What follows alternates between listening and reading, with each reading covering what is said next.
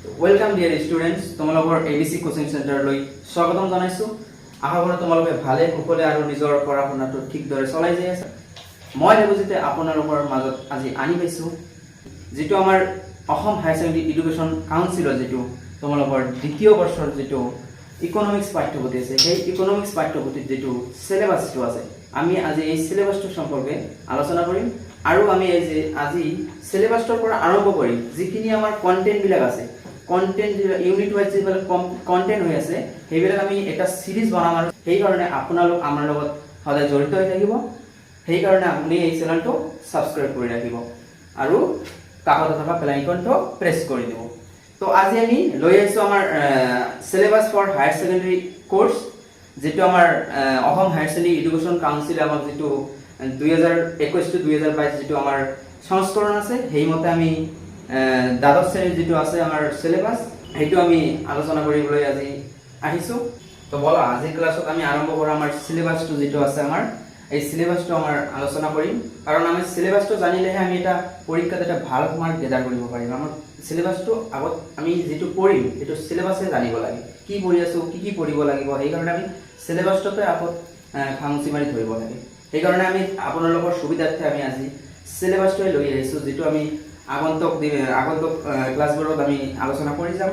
তোমাৰ সিলেবাসটো আছে যে 2021 আৰু 20 চনত যেটো সংস্কাৰ আছে, সেই সংস্কাৰ মতে তোমালোকৰ সিলেবাসত আছে মুঠ 100 নম্বৰ। 100 নম্বৰত আছে থিওৰি আছে তোমালোকৰ 80 মাৰ্কৰ আৰু তোমালোকৰ প্ৰজেক্ট আছে 20 মাৰ্কৰ। তো এতিয়া আমি আলোচনা কৰিম content for new syllabus. New syllabus মতে কন্টেন্ট দি আছে তোমালোকৰ যেটো ইকোনমিক্স আছে, ইকোনমিক্স পাঠ্যপুথি আছে, যেটো দুটা ভাগত ভাগ কৰিছে। প্ৰথম খণ্ডটো আছে পাৰ্ট এ, প্ৰথম খণ্ডত আছে তোমালোকৰ ম্যাক্ৰো ইকোনমিক্স আৰু দ্বিতীয় খণ্ডত আছে তোমালোকৰ ইন্ডিয়ান ইকোনমিক ডেভেলপমেন্ট। তো তোমালোকৰ প্ৰথম খণ্ডত যেটো আছে পাৰ্ট এ, সেইটো আছে ইন্ট্ৰোডাক্টৰি ম্যাক্ৰো ইকোনমিক্স, যেটো তোমালোকৰ ম্যাক্ৰো সমষ্টিবাদী অৰ্থনীতি, যেটো তোমালোক অৰ্থনীতিৰ সমগ্ৰভাৱে আলোচনা কৰিব যেটো দিয়া আছে। আৰু সেই তোমালোকৰ প্ৰথম খণ্ডত প্ৰথম ইউনিটটো আছে তোমালোকৰ জাতীয় আয় আৰু অন্যান্য ধাৰণা, যেটো ন্যাশনাল ইনকাম এণ্ড ৰিলেটেড এগ্ৰিগেটস। এইটো পাঠত তোমালোকৰ আছে যে জাতীয় আয়টো কেনেকৈ আমি ধাৰণা কৰিম আৰু অন্যান্য যিবিলাক জাতীয় আয়ৰ বিষয়ে যিবিলাক ধাৰণা আছে সেইবিলাক তোমালোকৰ এটা পাঠত ইউনিটত দিয়া আছে। তো এইটো ইউনিটত তোমালোকৰ পৰীক্ষাত আহিব 10 মাৰ্ক। 10 মাৰ্ক তোমালোকৰ পৰীক্ষাত পাবা এইটো ইউনিটৰ পৰা।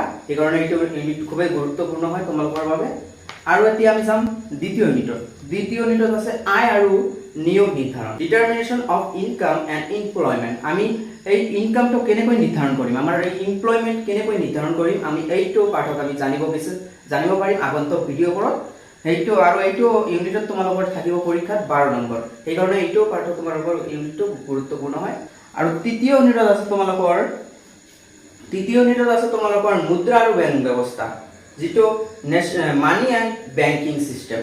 তোমালোকৰ এইটো পাঠৰ পৰা আহিব তোমালোকৰ 6 নম্বৰ। আৰু এইটো পাঠত আমি আলোচনা কৰিব পাৰিম আমাৰ এই যে যিবিলাক আমি মুদ্ৰা লেনদেন কৰোঁ, সেই মুদ্ৰাবিলাকৰ যিবিলাক কেনেকৈ আমি বেংক ব্যৱস্থাৰ জৰিয়তে মুদ্ৰাবিলাক আমাৰ দেশত লেনদেন হয় সেই বিষয়ে আমি আলোচনা কৰিব পাৰিম। আৰু এইটো তোমালোকৰ অলপ আগতে ক'লো 6 নম্বৰ আহিব। এইটো পাঠো খুব গুৰুত্বপূৰ্ণ হয় তোমালোকৰ বাবে।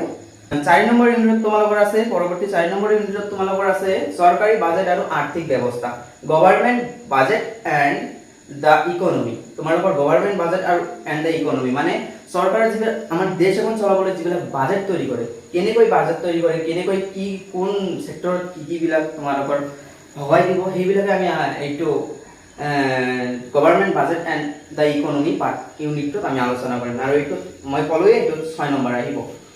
5 নম্বৰ ইউনিটটো আছে তোমালোকৰ আন্তৰ্জাতিক লেনদেন হিচাপ, মানে বেলেন্স অফ পেমেন্টস। মানে আছে তোমালোকৰ বেলেন্স অফ পেমেন্টস মানে আন্তৰ্জাতিক যেটো লেনদেন, বাহিৰা দেশৰ লগত যেটো লেনদেন তোমালোকৰ আছে, সেই লেনদেন বিলাকৰ বিষয়ে আমি এইটো পাঠত আলোচনা কৰিম, মানে এইটো ইউনিটত আলোচনা কৰিম। আৰু এইটো ইউনিটৰ পৰা তোমালোকৰ আহিব তোমালোকৰ 6 মাৰ্ক। আৰু এইটো গুৰুত্বপূৰ্ণ হয় তোমালোকৰ বাবে, এইটো ভালদৰে পঢ়িবা। আগতো ভিডিঅ'সমূহতো এইটো আমি আলোচনা কৰিম। পাৰ্ট বি যেটো আমাৰ দ্বিতীয় খণ্ড আছে, আৰু দ্বিতীয় খণ্ডত আছে ইন্ডিয়ান ইকোনমিক ডেভেলপমেন্ট মানে ভাৰতীয় অৰ্থনৈতিক উন্নয়ন। আমাৰ এই ভাৰতৰ অৰ্থনীতি যেটো আছে, এই ভাৰতৰ অৰ্থনীতিটো ব্ৰিটিছে আমাৰ লগত এৰি যোৱাৰ পিছৰ পৰা কেনেকৈ উন্নত সাধন হ'ল, আমি এই বৰ্তমানৰ অৱস্থাত কেনেকৈ অৱতীৰ্ণ হ'লো, আমাৰ অৰ্থনীতিটো কেনেকৈ উন্নত হ'ল, আমি এই পাৰ্টত আমি আলোচনা কৰিব পাৰিম। আৰু এই পাৰ্টত আমাৰ প্ৰথম ইউনিটত দিয়া আছে বিকাশৰ নীতিসমূহ আৰু অভিজ্ঞতা, development and policy and experiences. 1947 চনৰ পৰা যিটো আমাৰ ভাৰতবৰ্ষ যে স্বাধীন হৈছিল 1947 চনৰ 15 আগষ্ট তাৰিখে, সেই চনৰ পৰা 1990 চনলৈকে আমাৰ ভাৰতবৰ্ষৰ অৰ্থনীতিৰ কেনেদৰে বিকাশ লাভ কৰিলে আমি এইটো ইউনিটত আলোচনা কৰিব পাৰিম। আৰু এইটো ইউনিটৰ পৰা তোমালোকৰ দেখিব পাৰিছা, এইটো ইউনিটত তোমালোকৰ পৰা আহিব 7 মাৰ্ক আৰু এইটো ইউনিটত তোমালোকৰ বাবে গুৰুত্বপূৰ্ণ হয়। বলা আমি দ্বিতীয় ইউনিটৰ আলোচনা কৰোঁ। দ্বিতীয় ইউনিটত দিয়া আছে তোমালোকৰ এতিয়া দিয়া আছে 1991 চনৰ পৰা অৰ্থনৈতিক পুনৰ্গঠন, যেটো আমাৰ 1991 চনৰ পৰা যেটো আমাৰ অৰ্থনীতিৰ পুনৰ্গঠন হ'ল, এটা পুনৰ্গঠন মানে নতুন ৰূপত যেটা আমাৰ অৰ্থনীতিটো গঢ় লৈ উঠিল। এইটো ইউনিটত আমি এইটো বিষয়বস্তু আলোচনা কৰিব পাৰিম। ইকনমিক্স ৰিফৰ্মছ সিন্স 1991 মানে 1991 চনৰ পৰা আমাৰ অৰ্থনীতি, ভাৰতীয় অৰ্থনীতিটো কেনেকৈ গঢ় লৈ উঠিলে, পুনৰ কেনেকৈ পুনৰ্গঠন হ'ল, সেইটো বিষয়ে আমি আলোচনা কৰিব পাৰিম। আৰু এইটো ইউনিটত তোমালোকে পাবা পৰীক্ষাত 5 নম্বৰ, তোমালোকে পৰীক্ষাত এইটো ইউনিটৰ পৰা 5 নম্বৰ পাবা। তো বলা পিছৰ ইউনিটত আমি আলোচনা কৰোঁ। তো পিছৰ ইউনিটত তোমালোকৰ আছে ভাৰতীয় অৰ্থনীতি, ইউনিট 3 তোমালোকৰ আছে ভাৰতীয় অৰ্থনীতিৰ বৰ্তমান প্ৰত্যাহ্বান, তাৰ মানে কাৰেণ্ট চ্যালেঞ্জেছ ফেচিং ইণ্ডিয়ান ইকনমি। বৰ্তমানৰ যিটো আমাৰ ভাৰতীয় ইকনমি আছে, যেটো ভাৰতীয় আমাৰ অৰ্থনীতি ব্যৱস্থা আছে, আমাৰ অৰ্থনৈতিক ব্যৱস্থা আমাৰ কি কি সংকটে আমাৰ দেখা দি আছে, কি কি প্ৰত্যাহ্বান সমূহে আমাৰ দেখা দি আছে, সেইটো আমি আলোচনা কৰিব পাৰিম এইটো পাঠত। আৰু এইটো পাঠত খুবেই গুৰুত্বপূৰ্ণ হৈ আছে তোমালোকৰ বাবে। এইটো পাঠৰ পৰা তোমালোকৰ এক্সামত আহি আছে 22 নম্বৰ, সেইবাবে এইটো পাঠ তোমালোকৰ খুবেই গুৰুত্বপূৰ্ণ আছে।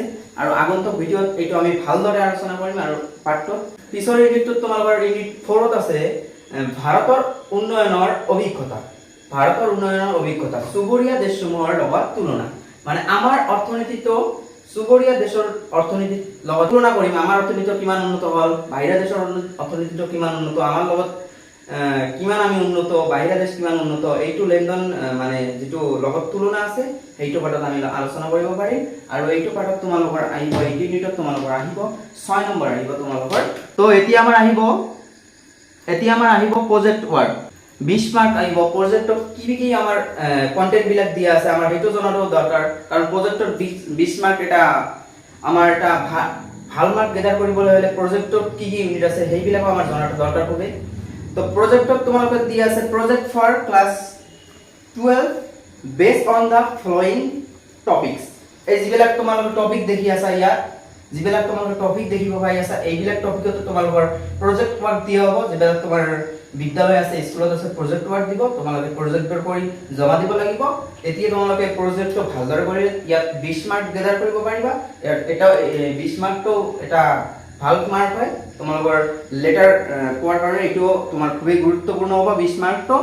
তোমালোকৰ ইয়াতে দিয়া আছে 10 নম্বৰত দেখা পাইছা তোমালোকে the function of commercial bank and central bank, তাৰ মানে যিবিলাক আমাৰ কমাৰ্চিয়েল বেংক, যিবিলাক বাণিজ্য বেংক আছে, বাণিজ্য বেংকৰ কাৰ্যসমূহ আৰু আমাৰ চেন্ট্ৰেল বেংক যিটো কেন্দ্ৰীয় বেংক আছে, এই কেন্দ্ৰীয় বেংকৰ কাৰ্যৰ ওপৰত তোমালোকৰ প্ৰজেক্ট দিব পাৰে, এই নম্বৰত আছে।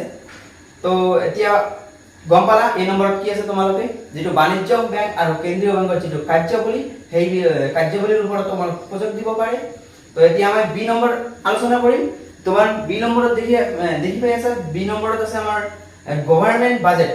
গভৰ্ণমেন্ট বাজেট মানে কি, চৰকাৰৰ যিটো বাজেট আছে, চৰকাৰৰ যিটো বাজেট প্ৰত্যেক বছৰে যিটো বাজেট গঠন কৰে, সেই বাজেটৰ ওপৰত তোমালোকক প্ৰজেক্ট দিব পাৰে। এতিয়া সি নম্বৰত যাওঁ আমি। সি নম্বৰত দি আছে পভাৰ্টি ইন ইণ্ডিয়া, আমাৰ ভাৰতবৰ্ষত দৰিদ্ৰতাৰ বিষয়ে তোমালোকৰ প্ৰজেক্ট দিব পাৰে। ভাৰতবৰ্ষত দৰিদ্ৰতা কিমান বাঢ়ি আছে, কিমান কি হৈ আছে, দৰিদ্ৰ কিমান আমাৰ ভাৰতবৰ্ষৰ, সেই বিষয়ে তোমালোকৰ প্ৰজেক্ট দিব পাৰে। এতিয়া আমি ডি নম্বৰত যাম। ডি নম্বৰত দি আছে তোমালোকে দেখিব পাই আছা employment and other related issues in India, আমাৰ ভাৰতবৰ্ষত যিবিলাক আমাৰ এমপ্লয়মেন্ট মানে নিয়োগ, যিটো আমাৰ নিয়োগ আছে, নিয়োগ বিষয়ে যিটো আমাৰ আলোচনা আছে, সেই বিষয়ে তোমালোকৰ প্ৰজেক্ট দিব পাৰে, নিয়োগ সম্বন্ধীয় প্ৰজেক্ট দিব পাৰে। তো এতিয়া আমি ডি নম্বৰটো আলোচনা কৰিলো, এতিয়া আমি ই নম্বৰটো আলোচনা কৰিম।